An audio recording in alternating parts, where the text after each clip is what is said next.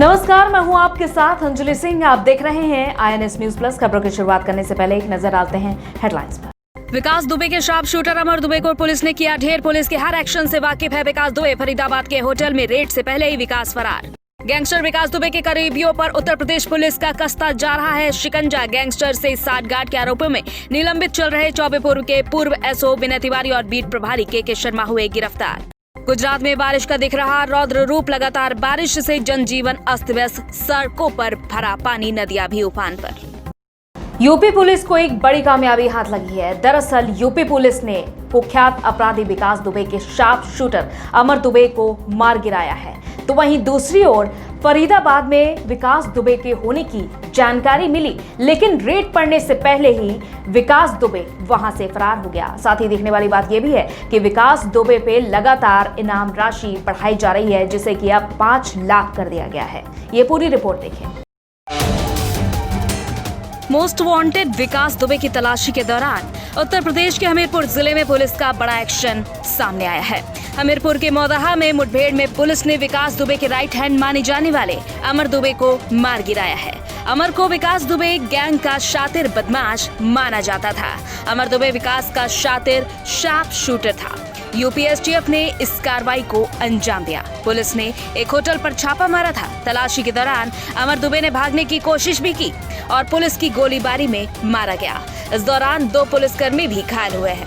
Police अधिकारियों के मुताबिक अमर दुबे पर चौबेपुर थाने में 5 केस दर्ज हैं। घटना वाले दिन अमर हमले में शामिल था। आपको बता दें कि 2 जुलाई की रात कानपुर देहात के बिकरू गांव में शूट आउट के मामले में भी अमर दुबे की तलाश थी। यूपी पुलिस ने जिन अपराधियों की तस्वीरें जारी की थी, उसमें अमर दुबे का नाम सबसे ऊपर था। पुलिस ने उस पर 50,000 का इनाम घोषित किया था। वहीं मंगलवार को उत्तर प्रदेश का मोस्ट वांटेड अपराधी विकास दुबे पुलिस की गिरफ्त से एक बार फिर बच निकला। दुबे फरीदाबाद के एक होटल में ठहरा था, लेकिन जब तक पुलिस दबिश देती वो वहां से फरार हो गया। फरीदाबाद में विकास दुबे को शरण देने के आरोप में प्रभात मिश्रा और अंकुर को गिरफ्तार किया गया है। दोनों आरोपी विकास दुबे के नजदीकी हैं। हरियाणा पुलिस को भी अलर्ट पर कर दिया गया है। वहीं एक बार फिर से सवाल खड़ा हो रहा है कि बार-बार पुलिस का प्लान सफल होने से पहले ही लीक कैसे हो जा रहा है। आखिर कौन है जो विकास दुबे को पुलिस के हर एक्शन की इत्तला दे रहा है। कानपुर के चौबेपुर के पूर्व SO विनय तिवारी और बीट प्रभारी KK शर्मा गिरफ्तार हो चुके हैं। मुठभेड़ के समय पुलिस टीम की जान खतरे में डालने और मौके से फरार होने और विकास दुबे के संबंध में ये दोनों ही गिरफ्तार हुए हैं। SSP दिनेश कुमार P ने गिरफ्तारी की पुष्टि की। थाना चौबेपुर में बिकरू गांव में 8 पुलिस कर्मचारी एवं अधिकारियों की निर्मम हत्या में विकास दुबे को पूर्व में पुलिस पार्टी के रेड के द्वारा सूचना देने के आरोप में पूर्व SO विनय तिवारी एवं बीट प्रभारी KK शर्मा को आज गिरफ्तार कर लिया गया है। उनको न्यायिक हिरासत में भेजा जा रहा है।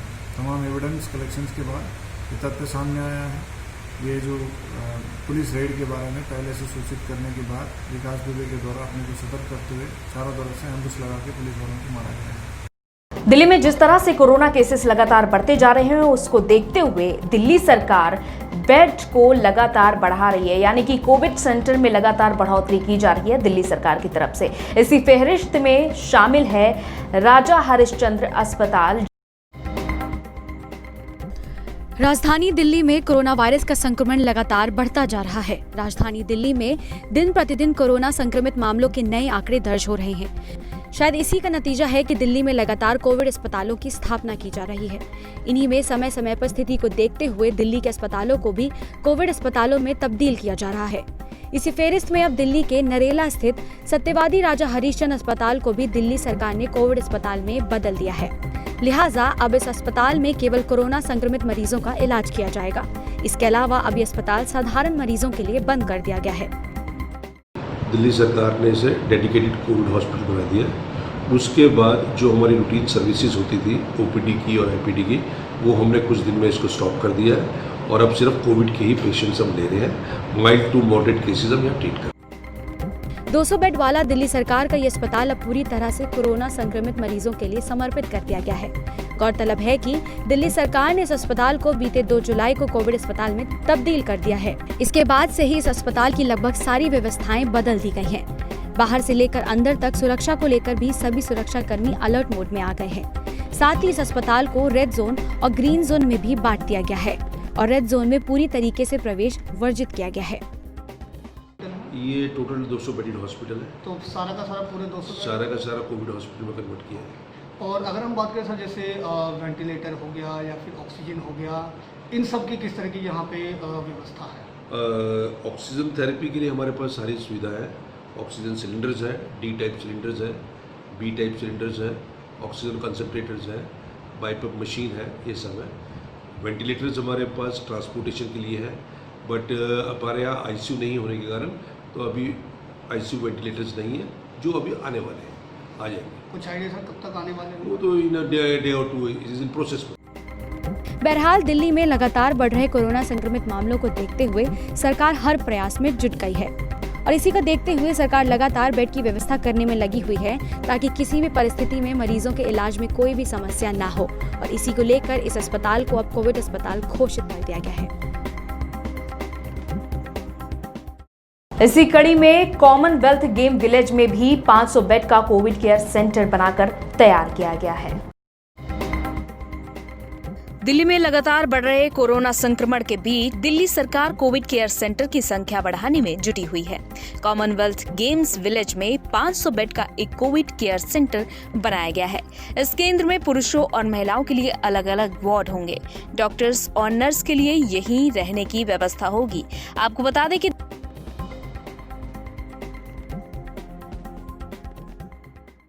जैसा कि देश भर के कई हिस्सों में मानसून दस्तक दे रहा है, लेकिन देखने वाली बात यह है कि गुजरात में लगातार पिछले 3 दिनों से बारिश हो रही है, जिसके कारण सौराष्ट्र इलाके में बाढ़ जैसी स्थिति बनती नजर आ रही है। ये रिपोर्ट देखें। देश भर के कई हिस्सों में मानसून के दस्तक के बाद झमाझम बारिश हो रही है। गुजरात में पिछले 3 दिनों से हो रही बारिश ने मुश्किलें बढ़ा दी हैं। सौराष्ट्र इलाके में पिछले दिनों हुई भारी और लगातार बारिश के चलते कई इलाकों में बाढ़ जैसी स्थिति आ गई है। कई नदियां उफान पर हैं, जिससे गांव में बाढ़ जैसी स्थिति बन गई है। गलियों में पानी का ऐसा सैलाब आ रहा है कि लोगों के होश उड़ गए हैं। जो तस्वीरें सामने आई हैं उनमें देखा जा सकता है कि शहर के बड़े हिस्सों में पानी काफी बढ़ गया है। कुछ कॉलोनियों में पानी भरने के कारण गाड़ियां तैरने लगी हैं, जबकि सड़कों का तो बुरा हाल है, जहां सड़कों पर पानी हो गया है और मानो नदियां सड़क पर ही बह रही हों। सड़कों पर लोग चल रहे हैं तो लोगों के कमर तक पानी आ रहा है। मौसम विभाग के अनुसार मानसून अपनी सामान्य स्थिति से दक्षिण की ओर है। इस वजह से अगले 4-5 दिनों में मध्य और पश्चिमोत्तर भारत के कुछ हिस्सों में व्यापक बारिश होने की संभावना है। इसके अलावा अगले 3 दिनों के दौरान गुजरात के सौराष्ट्र और कच्छ क्षेत्र में भी भारी बारिश की संभावना है। कोरोना के इस काल में लोगों को कोरोना वायरस का बढ़ता खतरा और अब ऊपर से बारिश की मार के चलते दोहरी चुनौती का सामना करना पड़ रहा है। आंध्र प्रदेश के सीएम जगन मोहन रेड्डी ने अपने पिता की 71वीं जयंती पर आज पुस्तक का विमोचन किया, जिसका नाम है नालो नातो वाईएसआर। ये रिपोर्ट देखें। मुख्यमंत्री वाईएस जगन मोहन रेड्डी ने दिवंगत मुख्यमंत्री राजशेखर रेड्डी की धर्मपत्नी और अपनी मां वाईएस विजयम्मा द्वारा लिखित पुस्तक नालो नातो वाईएसआर, मुझमें मेरे साथ वाईएसआर पुस्तक को लोकार्पित किया। सीएम जगन ने वाईएसआर की 71वीं जयंती के अवसर पर इडुपुलपाया स्थित वाईएसआर घाट पर परिवार के बीच पुस्तक का लोकार्पण किया। वाईएसआर की धर्मपत्नी के रूप वाईएस विजयम्मा के 37 साल जीवन का सारांश ही है ये पुस्तक। विजयम्मा ने दिवंगत वाईएसआर की 2 सितंबर 2009 को आकस्मिक निधन के बाद से गठित भावनाओं को इस पुस्तक में शामिल किया है। इतना ही नहीं, इस पुस्तक में वाईएसआर एक पिता और पति के रूप में कैसे रहते थे विस्तार से लिखा गया है। इसके अलावा इस पुस्तक में एक बेटा, एक पिता, एक भाई, एक पति, एक दामाद, एक मामा, एक दोस्त और एक नेता के रूप में वाईएसआर कैसे रहते थे। कोरोना वायरस से हर कोई डरा हुआ है, यहाँ तक कि लोग अपने पालतू जानवरों को भी खतरे के तौर पर देख रहे हैं। इसी को देखते हुए Sophie memorial animal relief trust की फाउंडर कावेरी राणा ने कहा है कि जो भी लोग इन पालतू जानवरों को नहीं रखना चाहते हैं वो हमारे पास इन्हें छोड़ सकते हैं। कोरोना वायरस बीमारी से इस वक्त हर कोई डरा हुआ है। यही नहीं, जो लोग जानवरों को पालने का शौक रखते हैं वो भी डरे हुए हैं। लेकिन कोरोना के चलते कई लोगों ने अपने पालतू जानवरों को छोड़ दिया है। वहीं Sophie memorial animal relief trust की फाउंडर कावेरी राणा ने INS को बताया कि यदि आपके किसी परिवार को संक्रमण का खतरा हो और आपके पास पालतू जानवर हो तो आप हमारे पास छोड़ सकते हैं। हम उनकी देखभाल अच्छे से करेंगे। नमस्कार, मैं हूं Kaveri Rana Bhardwaj, founder trustee Sophie memorial animal relief trust. हम ग्रेटर नोएडा में हैं। विकलांग, दिव्यांग, बीमार, बेसहारा जानवरों के लिए कार्य करते हैं। वहीं लोगों ने इस महामारी के दौरान जानवरों का जिम्मा उठाने के लिए Sophie memorial animal relief trust का आभार जताया। साथ ही इस ट्रस्ट की ओर से उठाए गए कदम की सराहना की। From Sophie memorial animal relief trust, उनको बहुत दिल से थैंक यू बोलना चाहती हूँ। वो अभी इस पैंडेमिक के टाइम जो काम कर रही है, जितने भी कोविड-19 पेशेंट्स हैं, जो पेट पेरेंट्स हैं, उनके पेट्स को कोई रखना नहीं चाहते हैं। इवन लोग अबैंडन भी कर रहे हैं। बट कावेरी राणा भारद्वाज जी एंड उनके संस्था उन पेट्स को अपने पास रख के टेक केयर कर रहे हैं टिल द टाइम उनके जो ऑनर्स हैं वो ठीक होके घर वापस आ रहे हैं। I've met then Kaveri ma'am and Yash bhaiya at Sophie Memorial. Then they have assured me that if any of this thing happens, so they're gonna take care of my babies. दरअसल corona महामारी के इस काल में बहुत सी दिक्कतों का सामना करना पड़ रहा है और जो लोग अकेले रहते हैं और जानवरों को पाल रखा है उन लोगों को इस बात की टेंशन है कि अगर कभी उन्हें कोरोना हो गया तो उनके जानवरों की देखभाल कौन करेगा। लेकिन वही Sophie memorial animal relief trust ने न सिर्फ लोगों की समस्या का निदान किया है बल्कि उन बेसहारा जानवरों का भी जिम्मा उठाया जिनकी कोई देखभाल नहीं कर सकता। INS के लिए मोहम्मद शोएब की रिपोर्ट। इसी के साथ INS न्यूज प्लस की खास खबरों में फिलहाल इतना ही। इजाजत दीजिए। नमस्कार।